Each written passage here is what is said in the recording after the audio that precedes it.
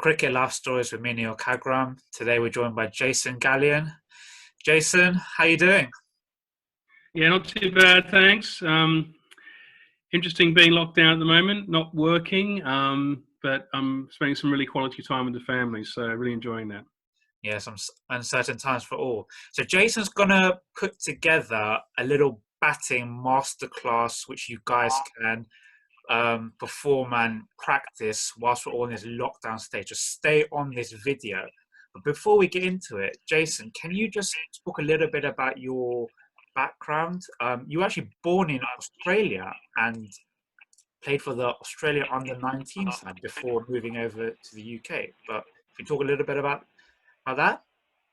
Yeah, sure. So I came over when I was 19. I just played a series for Australian under-19s against England, of all people, in Australia. And played against guys like, we're going back a while now, but John Crawley, Dominic Cork, probably known as a commentator, Darren Gough, those type of guys. And played with cricketers such as Justin Langer, who is the current Australian coach, Damien Martin, Greg Blewett. So pretty esteemed bunch there. But I decided I wasn't going to stay in Australia. I wanted to come and test my skills in England, my parents being English, and had the opportunity to go on trial with Lancashire. So the big picture was to hopefully play for Lancashire first team and for New South Wales, which is my home side. But unfortunately, that wasn't to be. So yeah, you said you got the opportunity to play for Lancashire. Then you got international recognition for England. You played 3 test matches. Your debut in 1995 against that formidable West Indies attack. Talk us through it, that experience. Yeah, so I'd gone through the ranks of Lancashire and England A and done okay. And I had the opportunity to play for England, which was a very proud moment for myself and friends and family around me. As you say, I was selected to play at Edgbaston on a bit of a minefield, wasn't it, that pitch? Yeah, it was quite a green wicket. And I think the second ball or third ball of the day went over the keeper's head because we were batting first and the West Indies are bowling. And the second ball or third ball went over the keeper's head, one bounce hit the side screen. And I was batting at 6 and was in before lunch. And managed to survive till lunch. Got out pretty much straight after lunch, but between that period, got a whack on the hand and broke my finger, which ruled me out of the next couple of tests. Nick Knight took my place, and then he broke a finger, and I came in for the last test. So it was all quite surreal, but very proud to have played for England. And as I say, it was a very big occasion for my friends and family as well as myself. And did you find just moving up and down the order, just in that 3 test matches you played, difficult? I know you made your debut at 6, am I correct in saying? Then you came in as a makeshift opener. Your last test match, you batted at 3. Was that difficult for yourself? I think I was just happy to be in the team. But what I suppose was difficult was those 3 test matches were over 6 to 8 month period. So I never really got much of a run at it. I was flown in from an England A tour to South Africa to play at Port Elizabeth in one test, and then was dropped subsequently later for Devon Malcolm. Obviously, my bowling wasn't quick enough, or Devon wasn't playing with a straight enough bat. But yeah, it's just one of those situations, and never really got a look in since. And then you made the move to Notts from Lancashire. Skipping the side for a little bit. Talk us through your time there. Yeah, so when I was at Lancashire, we had a big lineup. We'd won a few one-day cups together, and it was a star-studded lineup. And the old coach, Alan Ormrod, moved to Nottinghamshire, and he persuaded me to come to Trent Bridge. Ultimately, captain for the next 10 years for them. And we got some silverware. We won the 2nd Division Championship, and then once I finished as captain, Stephen Fleming took over, and we won. Subsequently, the following year, we won the 1st Division Championship. So, was it the right move? I don't know, but things about taking opportunities, leadership opportunities, management, those type of things I was really excited about. And the ground was going in places, and it still is. It seems a wonderful stadium. So it was a very, very nice time to be there, and I was glad I made part of that situation. And then you ended your career playing for Essex before moving into your position now, working at Felsted School. Talk about the end of your career and the transition into education and stuff.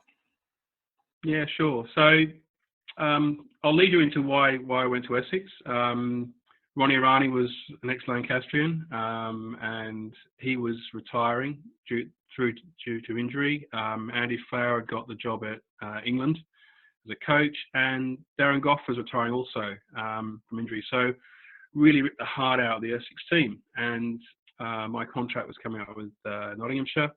Ronnie approached me and said, look, we'd really like you to come in and do like a couple of years of looking after the youngsters coming through. As a top order batsman, we really want you to lead and guide them, and which I did for a couple of years. And that sort of led into a job outside of cricket, which was at Felsted. So when I moved the family down to Essex, both my two older boys were at Felsted School, and they were looking for someone to employ like myself to do so. So for subsequently the last 10 years now, I've been master in charge, head of cricket, where boys come through, and hopefully I can inspire them to play at all levels, be it club cricket, or some even aspire to play at the county level now. What are the greatest challenges that you face as a coach now?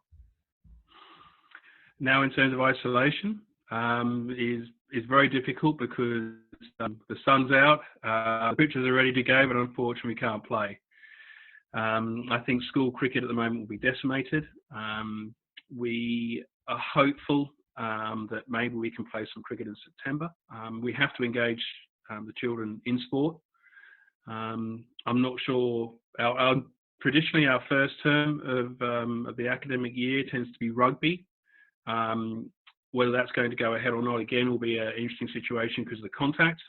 But certainly in the cricket form, we would have to put things in place to make sure that the kids were safe, but also hopefully enjoying engaging themselves. So perfect, Jason. Thank you very much. Really looking forward to this. So let's get into the masterclass now. Hi, my name's Jason Gallian, and Neel's asked me to give you some basic batting skills during this very difficult time. To start off with, we're going to get our eyes in, and in doing so, need a bat and a ball, and just basically tapping it up. Really concentrate on watching the ball onto the face of the bat. If you can, try and get it as close as you can to the middle of the bat.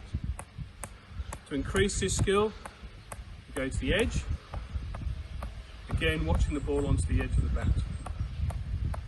Another thing you can do is working your top hand. So I'm a right-hander, so it's my left hand, top hand only, building strength up, and again, hand-eye coordination. If you want to really improve your skills and play with it a bit more, try going around the world. So face the bat, edge of the bat, back of the bat, edge of the bat, face the bat. Okay, so now we've got our eyes in, we're now going to work on some batting skills. In particular here, we're going to be looking at hitting the ball. We've got a ball and a sock, tied onto a string, and in this case we've got it onto the swing.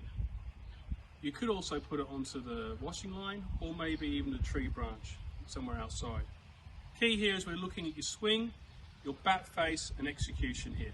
So in this case we're not moving our feet, we're just watching the ball onto the bat, full face, and if it is going onto a full face, we know the ball is going straight back.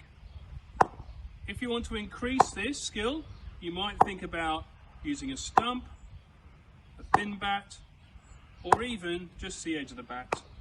Just again, watching the ball onto it and making sure that ball is going as straight as it can.